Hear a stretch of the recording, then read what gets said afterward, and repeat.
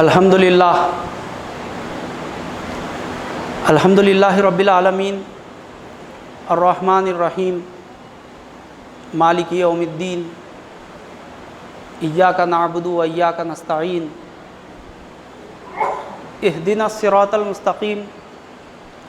صراط الذین انعمت علیہم غیر المغضوب علیہم ولا الضالین آمین۔ یہ سورۃ الفاتحہ ہے جو سارے قرآن مجید کا نچوڑ ہے۔ یہ بار بار دہرائی جانے والی آیتیں، تمام تعریفیں اللہ رب العالمین کے لیے سزاوار ہیں، جو تمام کائنات کی ربوبیت کر رہا ہے، بندوں کو بام عروج تک پہنچانے کے لیے یا اپنے منزل مقصود تک پہنچنے کے لیے جو سامان درکار ہے وہ بہم پہنچانے والی جو ذات ہے اپنے بندوں کو، وہ سامان مہیا کرنے والی ذات وہ رب کی ہے۔ ربوبیت کرنا، پالنا پوسنا پرورش کرنا۔ جو رحمان ہے بلا بدل نعمتوں کو عطا کرنے والا ہے، رحمانی تقاضے سے بلا بدل، بغیر کسی اجرت کے، بغیر کسی معاوضے کے وہ دینے والی وہ ذات رحمان کی ہے، رحمان۔ اور رحیم ہے، ایک کا 10 گنا دینے والا۔ اللہ رحمان ہے سب کے لیے، چاہے اس کے ماننے والے بندے ہوں یا نہ ماننے والے ہوں، سب کے لیے رحمانی تقاضے سے وہ اللہ تعالیٰ کی جو سہولتیں ہیں، جو کچھ دنیا میں اس کی قدرت ہے وہ پہنچانے والی ذات رحمان کی ہے۔ لیکن اللہ رحیم اپنے بندوں پر ہے، جو اللہ کے فرما بردار بندے ہیں، جو اللہ کی اطاعت اور فرما برداری میں چلنے والے جو بندے ہیں، ان لوگوں کے تعلق سے اللہ فرماتا ہے کہ تم میرے قریب 1 قدم آؤ، میں تمہارے قریب 10 قدم آگے آتا ہوں۔ ایک کا 10 گنا دینے والا، رحیمی تقاضے سے۔ اور اتنی سب سہولتیں، آسانیاں، اتنے بہترین آفرز ہونے کے بعد اگر کوئی کاہلی کرتا ہے، سستی کرتا ہے، سرکشی کرتا ہے، روگردانی کرتا ہے، تو پھر وہ مالکی یوم الدین بھی ہے، مالک بن کر حساب کتاب لیتا ہے، فیصلے کرتا ہے مالک بن کر، ہر چیز کے فیصلے۔ کوئی اس کی جو ہے نا گرفت سے، واللہ شدید العقاب، اس کی گرفت بڑی مضبوط ہے، بڑی شدید اس کی گرفت ہے، اس کی گرفت سے کوئی بچ نہیں سکتے۔ اگر کوئی یہ سوچے کہ ارے کون ہے اللہ، تو جو ہے نا وہ خبر میں جانے کے بعد حساب دینا ہے،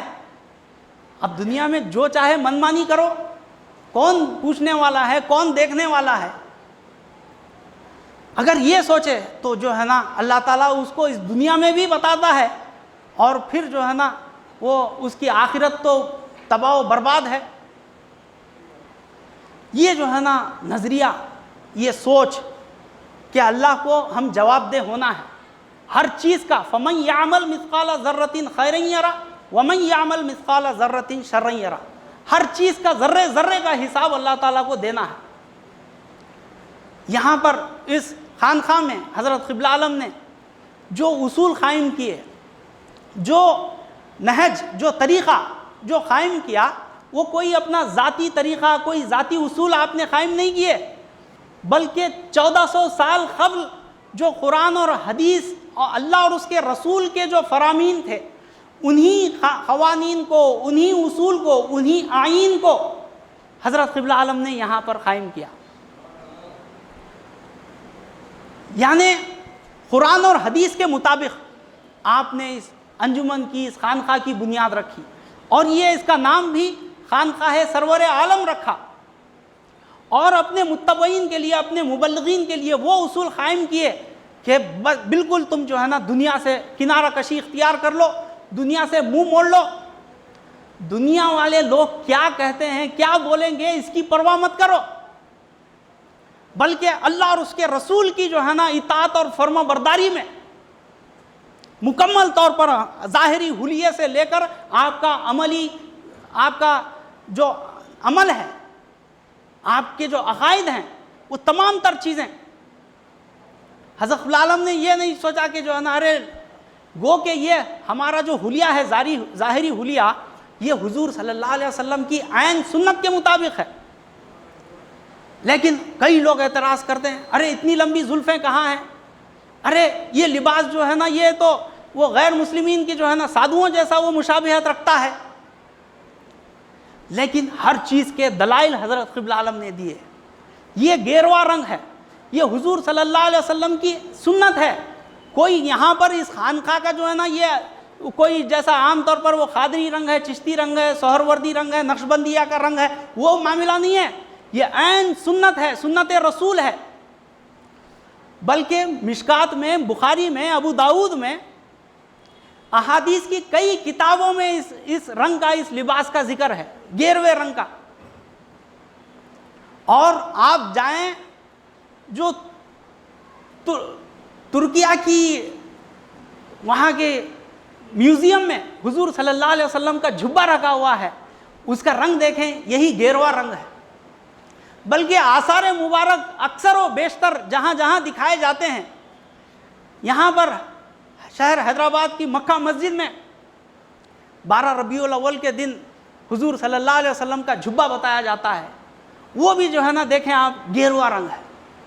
کئی جگہ پر یہ حضور صلی اللہ علیہ وسلم کی سنت ہے. اور زلفیں بھی حضور صلی اللہ علیہ وسلم کی کئی جو ہے نا میوزیم میں، کئی جگہ جو ہے نا آپ کے آثار مبارک رکھے ہوئے ہیں. اور یہ احادیث میں بھی ہے، شامل ہے کہ حضور صلی اللہ علیہ وسلم کے بال کندھوں سے نیچے تھے. الگ الگ روایتیں، کندھوں تک کی بھی روایتیں ہیں، کندھوں سے نیچے والی روایتیں بھی ہیں. جو حضور صلی اللہ علیہ وسلم نے اب اختیار کیا وہی جو ہے نا صحابہ اکرام نے،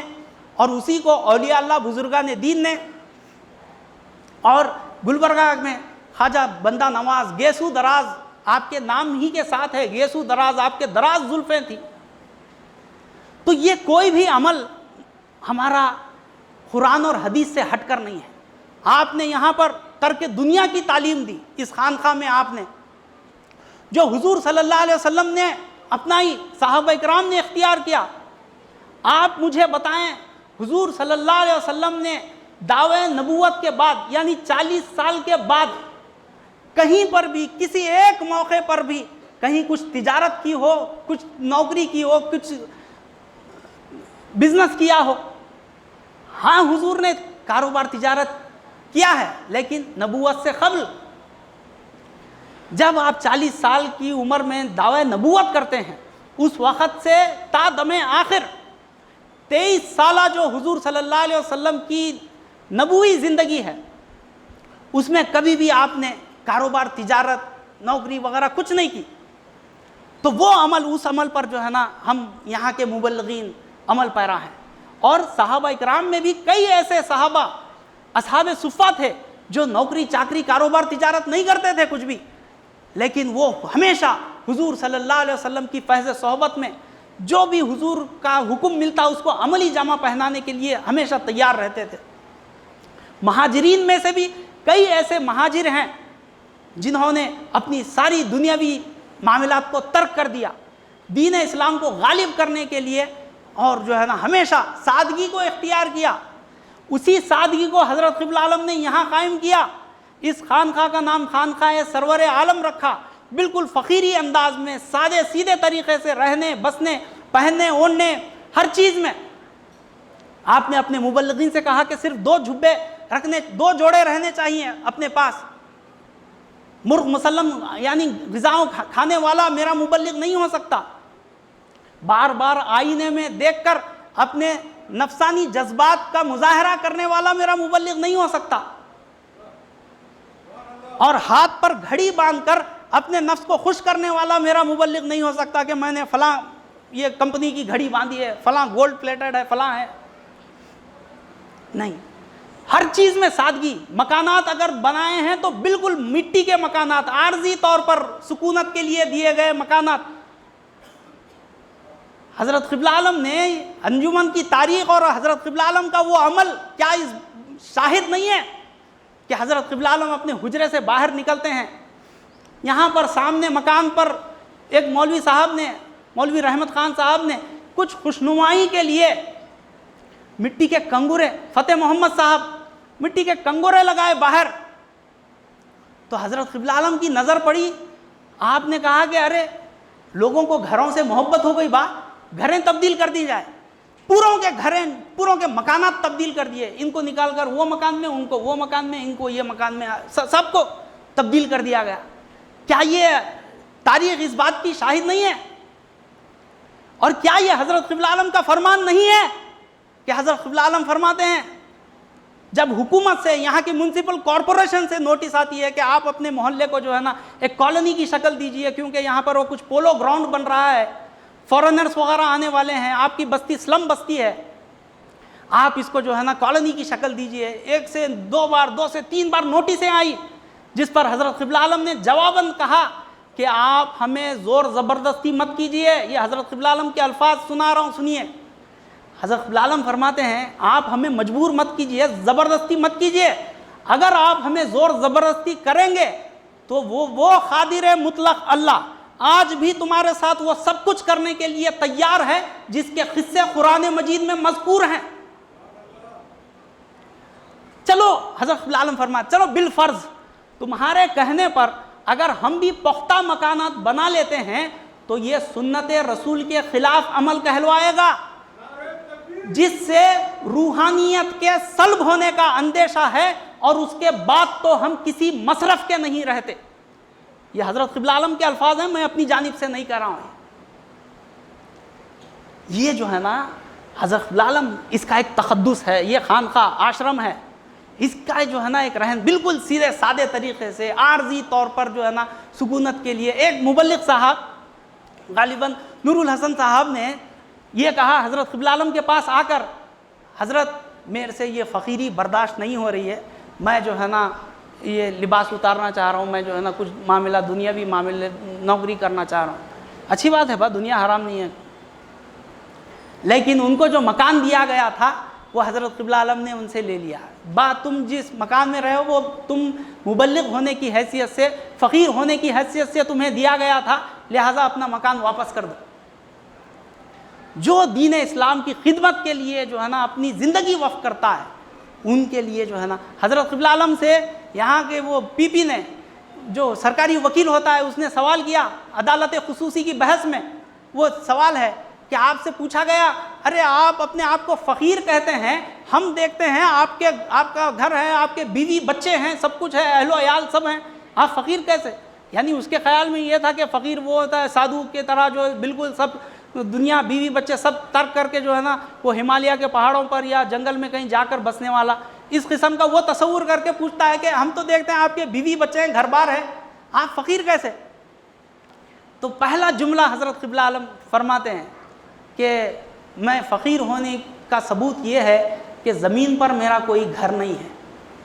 میں جہاں پر رہتا ہوں وہ حضور سردار دو عالم صلی اللہ علیہ وسلم کلکی اوتار جگت گرو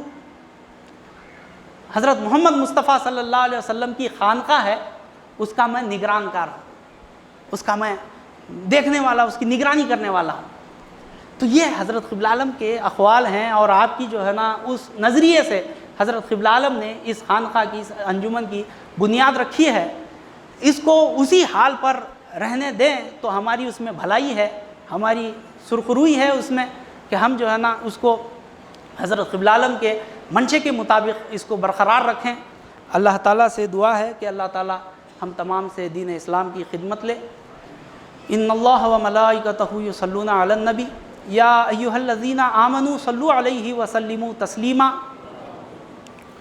اللہم انا نحن نصلی علی سیدنا مولانا محمد المعلی شان ماحی البطلان حاشر الانسان رحمۃ للعالمین سید الانبیاء والمرسلین سراج الاولین والآخرین حزبہ حزب اللہ دینہ دین اللہ قبلتہ بیت اللہ ومن یطیعہ فقد اطاع اللہ فی مرتبۃ الغیب هو اللہ کلامہ کلام اللہ وما ینطق عن الہوى ان هو الا وحی یوحی جامع الکلم کلامہ البراق والرفرف مرکبہ الى وراء الوراء سفرہ مقام الاحدیت مقامہ ہوا کافۃ للناس امتہ اخرجت للناس کتابہ بیان للناس رسول الی الناس جميعا اصحابہ مثیل الانبیاء الارض كلها له مصلى جعل الله له مال الغنیمة حلالا طیبا خاتم النبیین رسول امین شفیع المذنبین الصلاة والسلام علی آلہ وأہلہ وأصحابہ اجمعین برحمتک یا ارحم الراحمین.